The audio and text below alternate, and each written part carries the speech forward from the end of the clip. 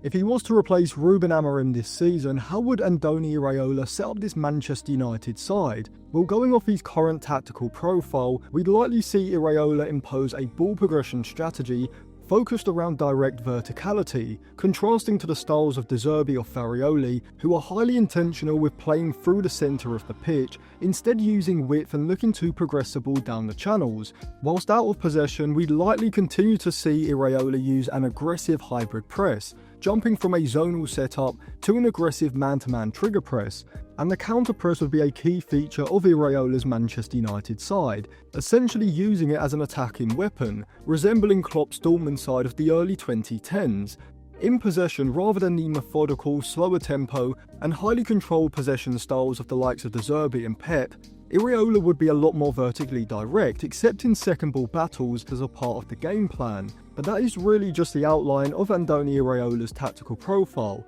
and so in order to get a more detailed idea of what an Iraola Manchester United side would look like, we need to answer 3 key questions. Firstly, what would Manchester United look like in possession? Specifically looking at how Iraola wants to build from deep, how he handles settled possession in the middle third, how he takes advantage of transitions,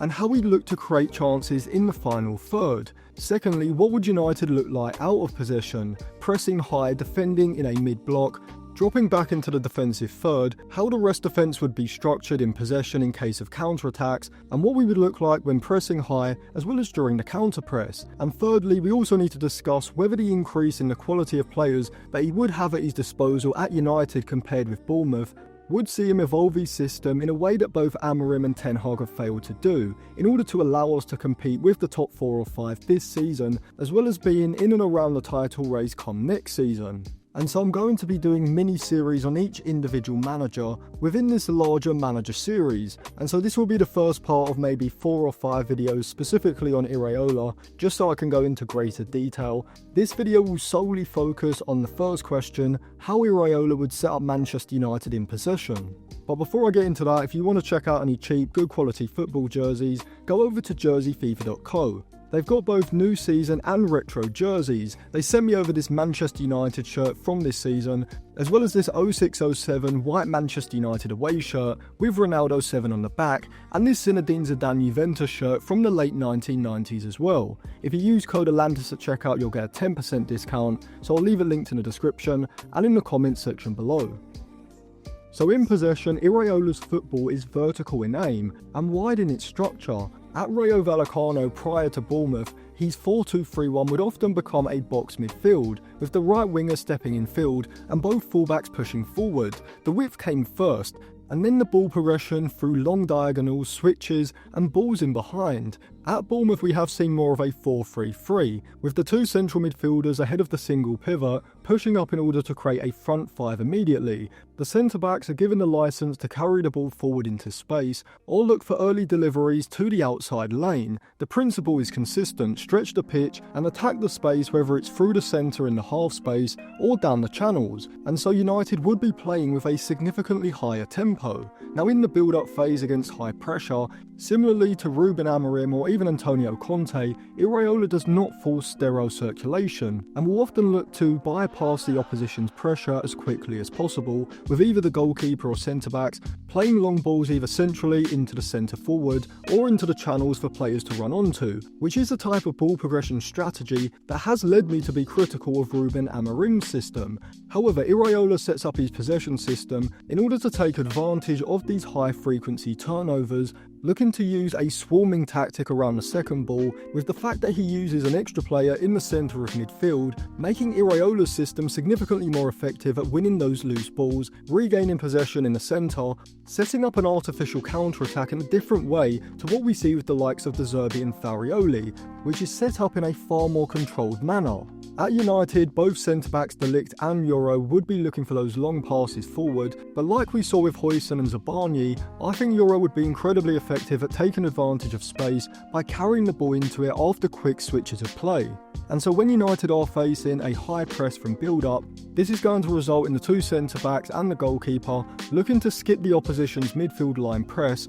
with long passes into Šeško, Cunha or Mbeumo. or looking to go wide to the fullback in order to then start the rotation, which is similar to Amorim's ball progression strategy, but significantly more effective in its execution, particularly being less predictable, often changing depending on how the opponent looks to apply pressure.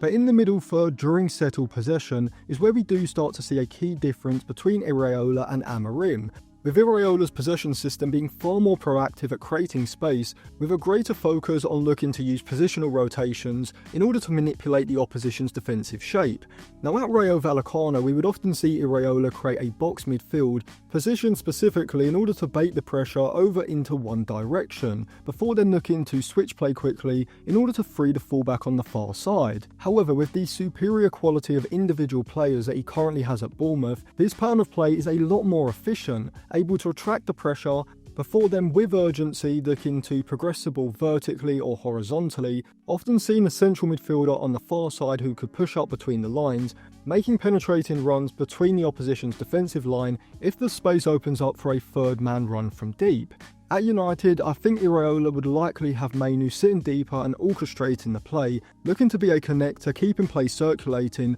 but having a greater emphasis on playing vertically, looking to find incisive passes between the lines, as well as likely playing a higher frequency of passes over the back line. I think we'd likely see both Ugarte and Bruno Fernandes operating in the half spaces, with Ugarte positioned high specifically for his counter-pressing ability, but we would see both Bruno and Ugarte dropping into deeper positions in front of the opposition's midfield line as well. On the right you'd have either Mbeumo or Ahmad holding a wide position on the outside of the fullback, with Iraola being a big fan of what is called double width, which is essentially just looking to use quick switches of play and having both the fullback and the winger attacking down the channel at the same time rather than one of them moving in field. And so with either Dalot or Mazraoui providing the over or underlapping runs in behind, I think this would suit both Mbeumo and Ahmad significantly more than what we currently see on the right side of Ruben Amorim's system. On the left side, Cunha could still hold a wide position on the outside of the fullback when needed, looking to double up with Dorgu or Shaw on the overlap. However, he would likely be given greater freedom to drift infield between the lines,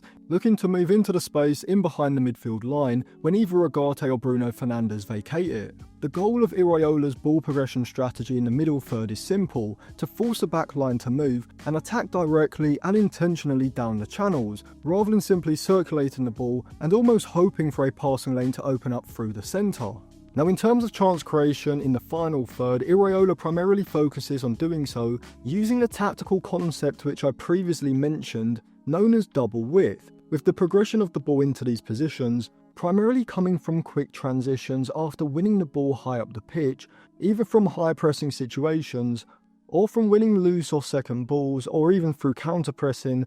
after utilising those direct vertical passes that I've previously spoken about.